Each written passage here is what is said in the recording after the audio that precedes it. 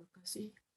Selamat datang kembali ke YouTube channel saya, Firman Tanjuni, dan hari ini saya bakal coba berbagi ilmu yang saya dapatkan di bangku perkuliahan. Dan ini emang saya nilai sangat bermanfaat ya teman-teman, untuk menanggapi istilahnya hal-hal yang sering terdengar hari ini terkait bagaimana kita bisa menggabungkan renewable energy ke dalam grid system kita. Oke, nah sebelumnya coba terima kasih dulu kepada Dr. Alessandra Parisio, karena ini PPT buatan beliau. Oke, kita lanjut.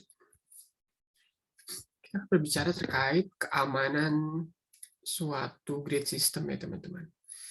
Jadi ketika kita menggabungkan suatu sumber energi baru kepada menggabungkan sumber energi baru ke grid system, kita memerlukan pertimbangan terkait security atau keamanannya. Ada istilahnya namanya LOLP atau LOLP, Loss of Load Probability. Ini sendiri adalah artinya sebenarnya kemungkinan probability dari demand yang tertinggi melebihi generation gitu. Jadi melebihi kemampuan generasi dari energi kita gitu. Jadi kalau misalnya peak-nya tuh let's say 20 gigawatt, berapa kemungkinan kita nggak bisa memenuhi peak tersebut gitu. Nah, ada beberapa hal yang harus kita garis bawahi. Menggabungkan intermittent energy resources kayak misalnya solar, wind, itu bakal menurunkan LOLP gitu. Ada batas tertentu dari LOLP sendiri gitu. Jadi probability ini ada batasnya. Nggak boleh melebihi threshold tertentu gitu. Misalnya kalau di UK sendiri 9%.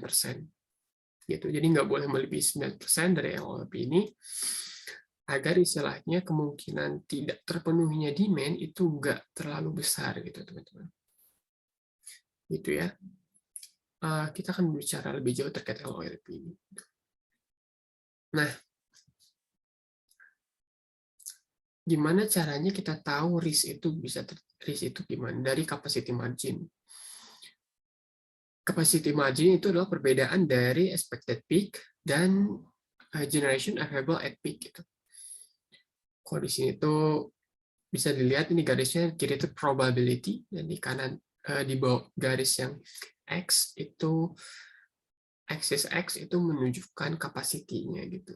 Perbedaan antara 100% generation dan expected peak itu merupakan capacity margin gitu. Jadi kalau misalnya bisa teman-teman bayangkan ketika expected peak ini semakin jauh dari 100% generation, of course kemungkinan untuk tidak terpenuhinya semakin kecil ya.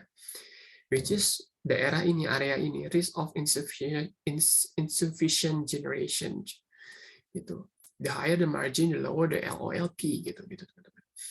Jadi kita harus punya generation capacity yang mencukupi untuk menurunkan nilai LOLP ini gitu. UK sendiri 9%. Jadi.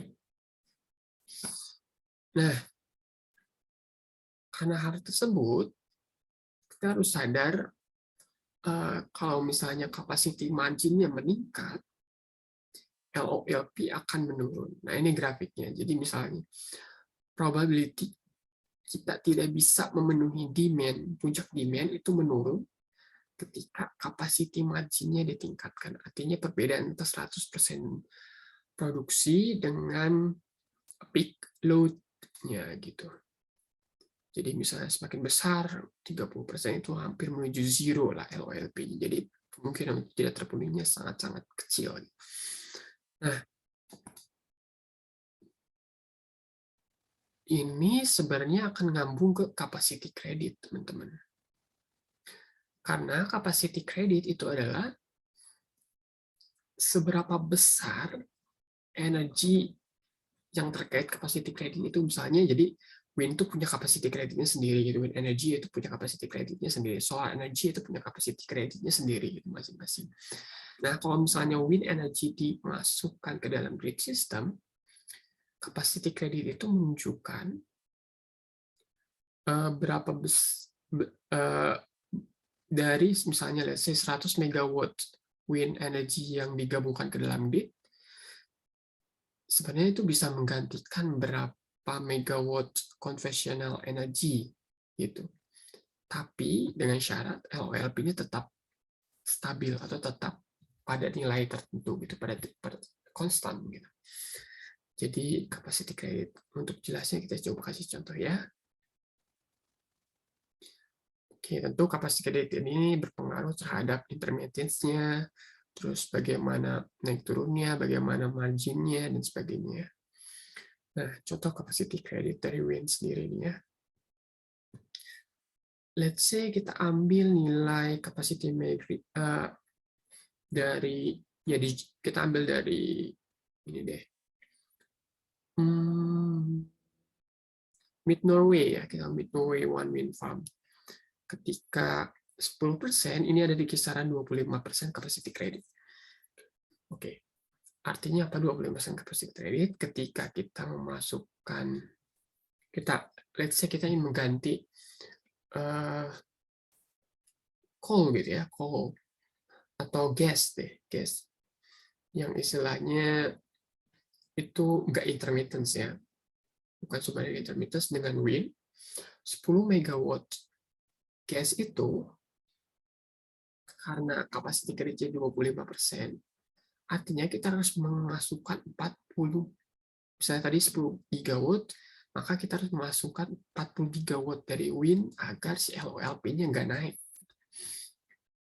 Jadi misalnya kita memperkenalkan 100 megawatt wind, artinya hanya 100 megawatt itu hanya bisa menggantikan 25 megawatt energi yang enggak intermittence. Contohnya misalnya gas, coal gitu, atau fuel. Kayak gitu ya teman-teman.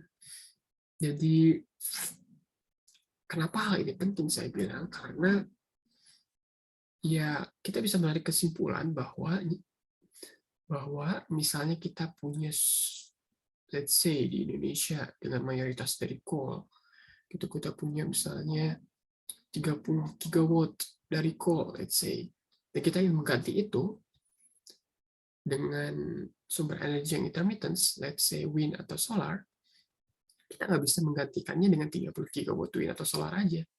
Tapi kita harus bisa menggantikannya misalnya dengan 25% capacity credit dari wind, otomatis kita harus bisa menggantikannya 4 kali lipat gitu, misalnya jadi 120 gigawatt gitu. Wind agar si sistem grid sistemnya tetap stabil gitu. Gitu ya. Nah, si capacity credit ini akan menurun seiring bertambahnya persentase penetrasinya atau persentase bauran energinya di dalam grid system. Jadi kalau misalnya kita ambil contoh dari si Mid Norway ini, ketika di angka 10%, ini ada sekitar ya 27% lah capacity credit. Tapi ketika di angka 35% penetration, artinya 35% energi di grid system berasal dari wind, capacity creditnya menurun menjadi 10%. Artinya semakin banyak wind energy yang dibutuhkan untuk menggantikan energi yang non-intermittence dengan kapasitas yang sama gitu. Misalnya tadi ketika masih 10%, kita perlu 100 megawatt wind energy untuk menggantikan 25 megawatt energi konvensional yang enggak intermittence. Tapi ketika di misalnya wind udah ditambah dan wind ternyata bauran energi wind atau komposisi energi wind di dalam grid system kita 35% dari keseluruhan, maka maka ketika kita memperkenalkan 100 megawatt yang tadinya bisa menggantikan 25 megawatt hanya bisa menggantikan 10%, yaitu 10 megawatt gitu. Artinya menurun, teman-teman. Kenapa bisa begitu? Ya otomatis ketika semakin banyak yang intermittence, kita semakin membutuhkan kestabilan gitu, kestabilan. Jadi cara untuk menanggulangi meningkatkan kestabilan itu adalah dengan meningkatkan kapasitasnya gitu tadi. Capacity margin-nya jadi ditarik lebih jauh gitu. Gitu. Kayak gitu. Agar lebih stabil. Nah, itu harus garis bawahi teman-teman. Ini solar contohnya kayak gitu. Nah, terus apa sih yang bisa istilahnya kita lakukan untuk menanggulangi hal ini gitu. Pertama nih teman-teman, tentu istilahnya kita bertransisi menuju renewable energy ini saat ini sebenarnya bukan hanya terkait sisi lingkungan ya teman-teman, tapi terkait sisi ekonominya. Itu diprediksi nanti renewable energy bahkan saat ini sebenarnya renewable energy itu udah lebih murah daripada conventional energy yang seperti fosil gitu. Nah, ketika kita tidak bertransisi, otomatis di sana ada loss, itu opportunity loss yang besar gitu dari sisi ekonomi. Makanya emang bertransisi ke arah sana itu emang bukan lagi sebuah pilihan, tapi sebuah kewajiban. Tapi harus digarisbawahi adalah kita harus aware terhadap hal ini agar sistem grid kita tetap stabil. Gitu. Ada studi yang menunjukkan kalau misalnya blackout itu bisa berdampak berapa persen terhadap GDP suatu negara gitu, growth ekonomi suatu negara gitu.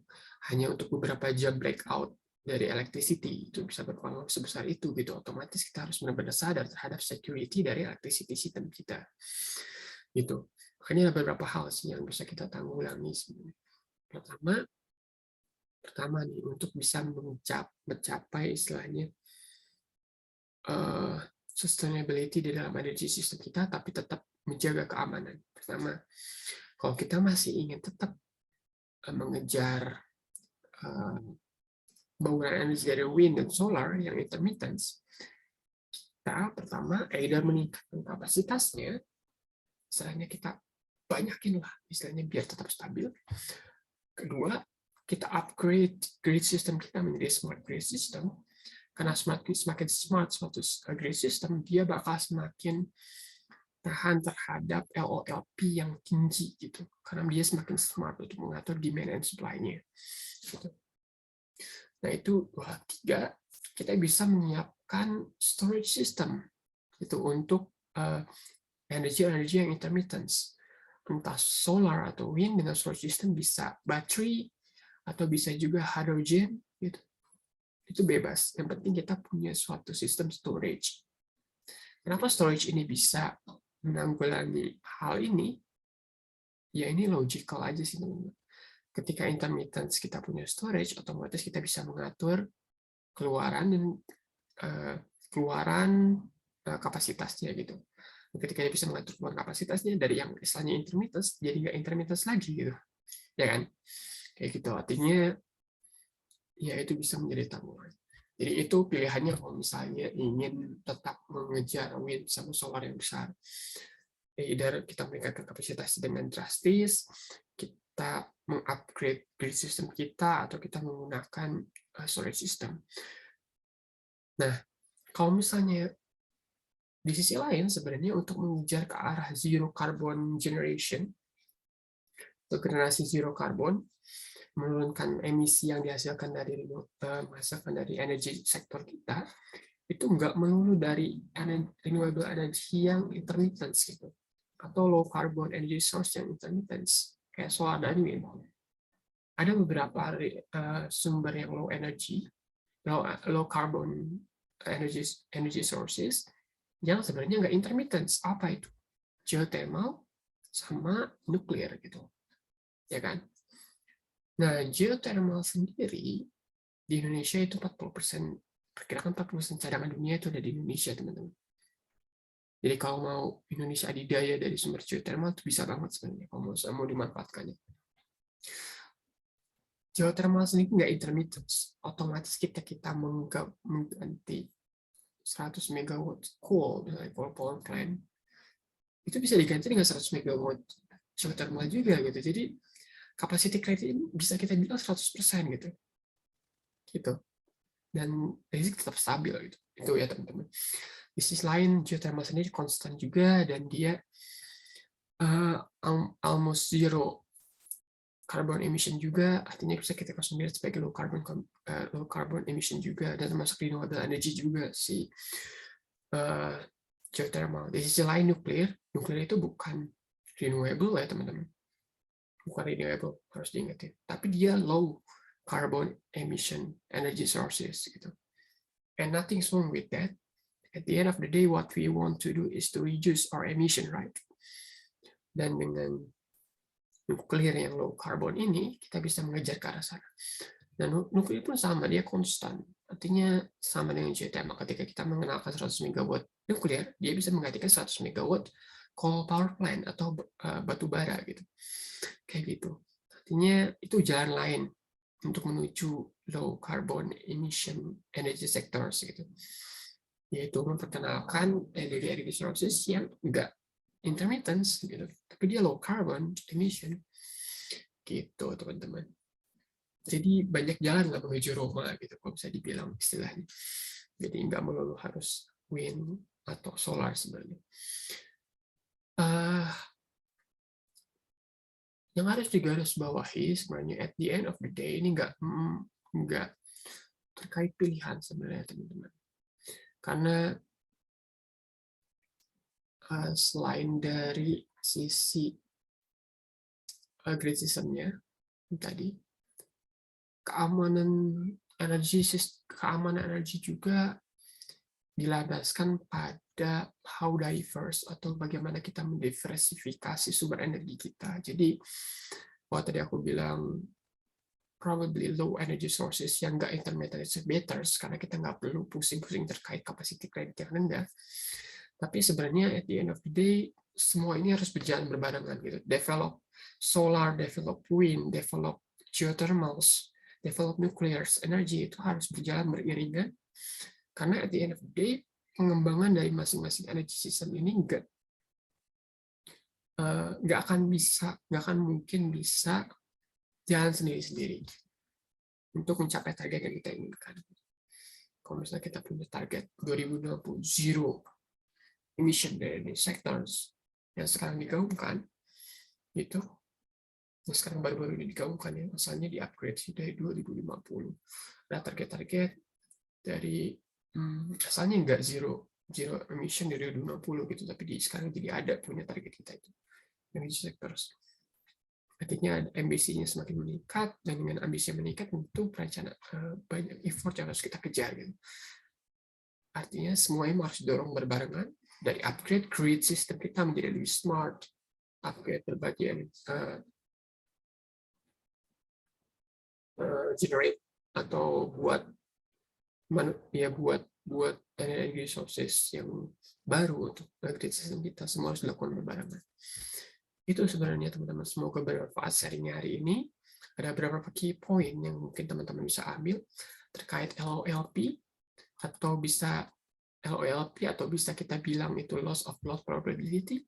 Artinya LOLP ini nggak boleh gede, ada batasan tertentu, misalnya nggak boleh lebih besar 9% kalau di UK, misalnya kayak gitu. Dan LOLP ini dipengaruhi oleh capacity margin, perbedaan antara 100% energy generation dengan peak load yang diperkirakan. Jadi semakin besar capacity margin, maka semakin kecil LLP dan semakin bagus terhadap security dari grid system kita. Dan terdapat istilahnya capacity credit untuk renewable energy yang intermittence, artinya 100 MW wind atau solar atau energy intermittence tidak bisa menggantikan 100% 100 MW energi konvensional yang non intermittence. Itu sesuai dengan capacity creditnya gitu.